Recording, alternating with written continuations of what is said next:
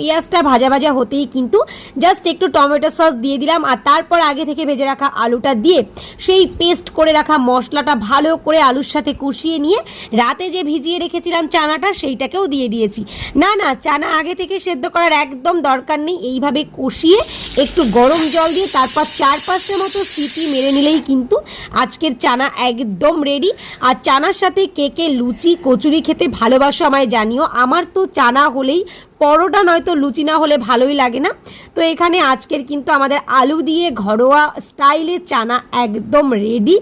দেখতে এবং খেতে দুটোই কিন্তু ভালো হয়েছিল। আর এদিকে ভেজে নিচ্ছি একদম ফুলকো ফুলকো লুচি, আর লুচির সাথে সকাল সকাল চানা।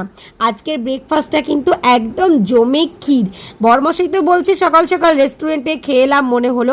তো যাই হোক, চলো আমি এবার একটু ফুলকো ফুলকো নরম লুচি দিয়ে গরম গরম চানা একটু খেয়ে দেখি। তো আজকের ভিডিওটা এতটুকুই।